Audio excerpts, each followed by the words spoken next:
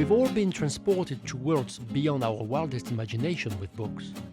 But books are also a great vehicle to get together and exchange ideas. Welcome to Books du Jour. Come and join our authors at the table.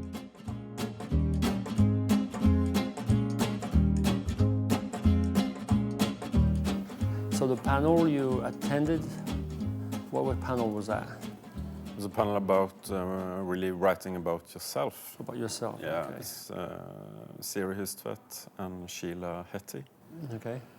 And myself. We were Okay. discussing the difference between autobiographies or memoirs and novels. And yeah. And I know the Norwegian school and the big existential school of philosophy from Kierkegaard and others, there seems to be a strong interest with the self. Yeah. Yes? Yes, that's right. And what's such concern with oneself? What is so important about oneself? What do you have to write about it? Because it's really a question of identity for me, and it's so much going on in that area at the moment. You got national identity, the pressure on national identity. Okay.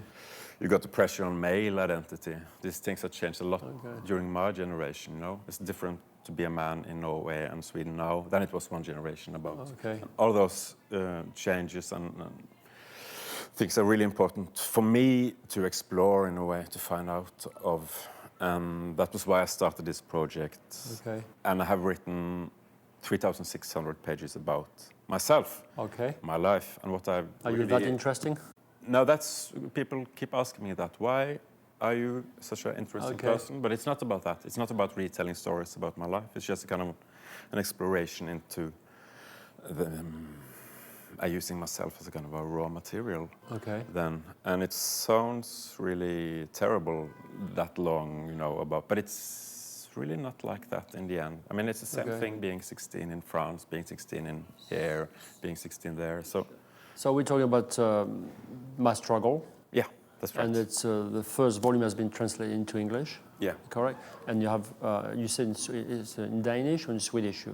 I'm written in Norwegian. In Norwegian. Yeah, okay. Yeah. It's 6th volume in total. Okay. Yeah. When are they going to come out in the States? Next one is coming out in April, and then I think they will be coming out 6 months during each, you know. All right. So the first volume covers which period of your life? That's the starting point for me, was the fact that I became a father. Okay. Turned 40, and my father, when he was 40, he left the family, started to drink, died as an alcoholic, in a kind of a total disgrace. And I how old were you? He was 40, so how old were you? I was 40 at the same, you know. Okay. Then I was, when he left, I was 16. 16, so it's... Yeah.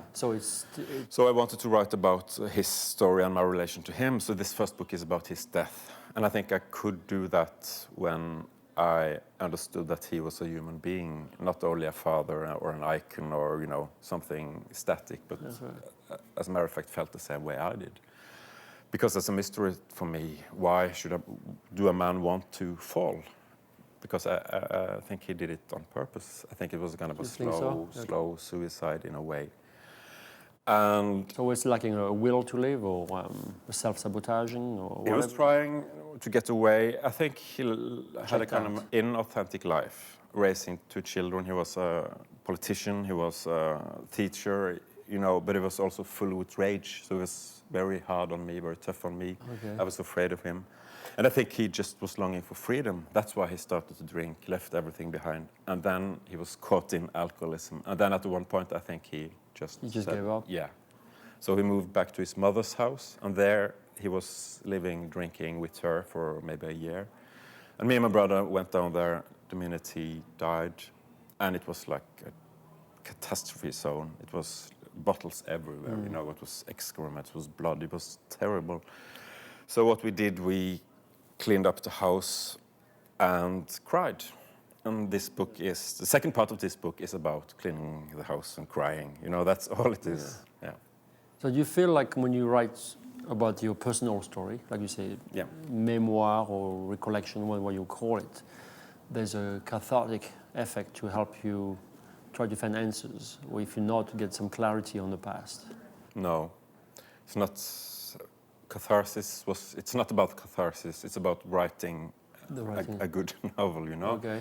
But I think for me the catharsis is in the process, is in the fact sitting there writing. The moment I stop writing, I'm back in my old misery, you know. But the act of writing is good. But what would have been lost if you did not write a book? For me? Yes. Because there was a commitment on your part at some time in your life, I have to do this. Yeah, Yeah? I think my life was, I felt it like my life was kind of meaningless.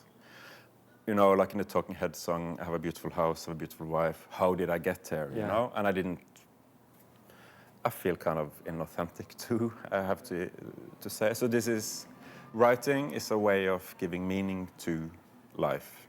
To your life, yes. Yes, Yes. Then I read a lot, and it's the same thing. Why do I read? There's a hunger for meaning. Why do I look at art? A hunger for meaning. And this book is basically about trivialities of everyday life. So where is the meaning in that, you know? It's a great question. Yeah, and I think the only way we can really find out is through writing, or is through filmmaking, or the arts. Or with acceptance. Yeah, but that's the difficult part, you know, how this is a question of, you can hate on it when you write about it. I mean, if you see a picture of a painting from 17th century Holland, it could be stilleben, it's only glass and maybe an apple or something.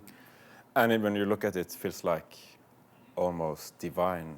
I mean, it's really something. But then still, it's just a glass. Why do I feel so strongly towards that? Maybe it's because I can see it how it is, you know, see the wonder in it. But you feel that when you look at something outside, or like a book, it's outside of yourself. You find comfort from something outside. Yeah. When you do the everyday life thing, you are living it. Yeah, it's true. And the hard part is to be okay.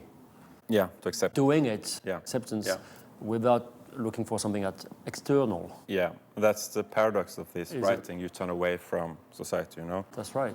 To do it, but I think something has been destroyed in me from when I was a kid. I think so. I think I need this. I've always read a lot, and I've always written a lot, and I need it. This is just a way of living to me. Okay. My wife keeps saying to me, you don't recognize anything, you don't understand anything, you don't feel anything unless you write about it. Then you come back and you understand everything, you know? If you are quarreling or if something's going really bad, I just keep it at a distance. When I write about it, I can break down in tears, you know? So it's... Is it safer? No, I think it has to do with in a social situation, you kind of, you know, you maneuver around, sure. But you are writing, you are open, that's the whole point. But with writing. No, so I'm saying, the writing for you maybe is like a safe world, and the external world. No safe world, no, because you have to take risks when you're writing. So if it's safe when you're writing, then it's dead. Yeah. So it's nothing to do with safety, but it maybe has something to do with that I'm calm and in myself in a way. But then again, writing, what is it about? It's about selflessness, you know, to get out of yourself. So. That's the state of mind I'm always looking for. Early on, you mentioned what's it like to be a male, you know, in today's.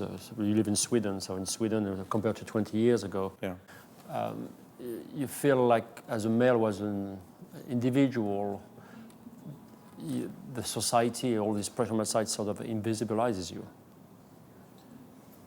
As a man. As a man, while yourself, you feel threatened of being. Swallowed up in those big maelstrom of events, and then where are you? You know? Yeah, in a way, it's like this.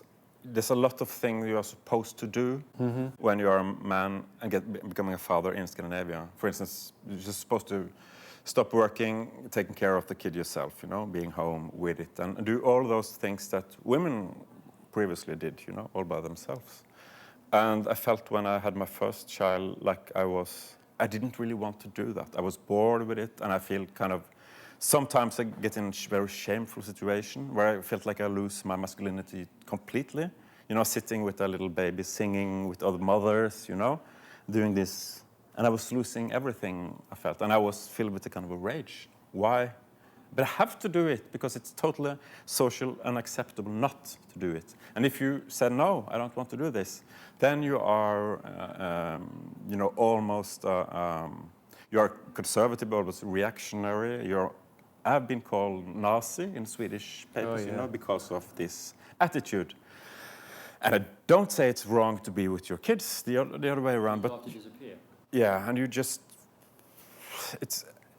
this book is about kind of adapting to that situation. And how was it for my father? Why is it that my father's generation was so different, and so on and so on? And I just found these things interesting. I'm not kind of propaganding for something. I'm just to find out why and how, and so basically it's about identity, and identity is the feeling of yourself and the confrontation with the social surroundings, right? That's the main conflict Well, I think all the time. identity is very fluid. I mean, as you say, you become on your knees with a little baby. You're still the same person, but your identity is just flows in and out, and But I think wanted to retain one persona. Yeah. Like I'm a writer, that's very difficult. Yeah. Because it's all of it. You know? Yeah. So the volume 2 takes us where? This book is about death. So the second book is about love. Okay.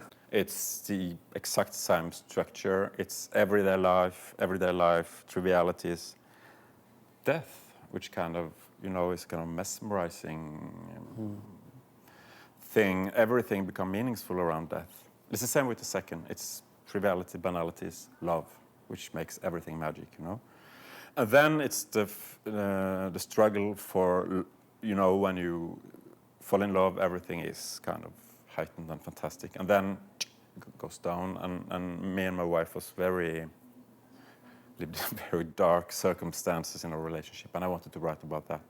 It was like hell sometimes. And is that possible to describe?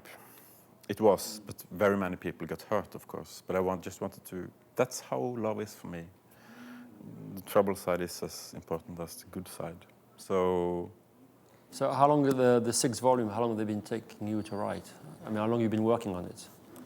I used 1 year on the first two, which that's pretty quick. 1,100 pages. And then the plan was to publish all books in a year. So I had to write 4 novels that year, which I did, but the 4th wasn't good enough, so then I needed another year. So it's 3 years altogether on those books. Oh, that's very quick, because it's a big piece of work. That was a concept for me. Yeah. I have to write as quickly as I can. First 5 pages a day, then 10 pages, then 20 pages. Every day, have to do it, which is a good thing. So basically you just, it was recollections and no revision or very little revisions? No. You keep just keep one moving. draft is moving forward. Yeah. Well, I can't wait to read the book.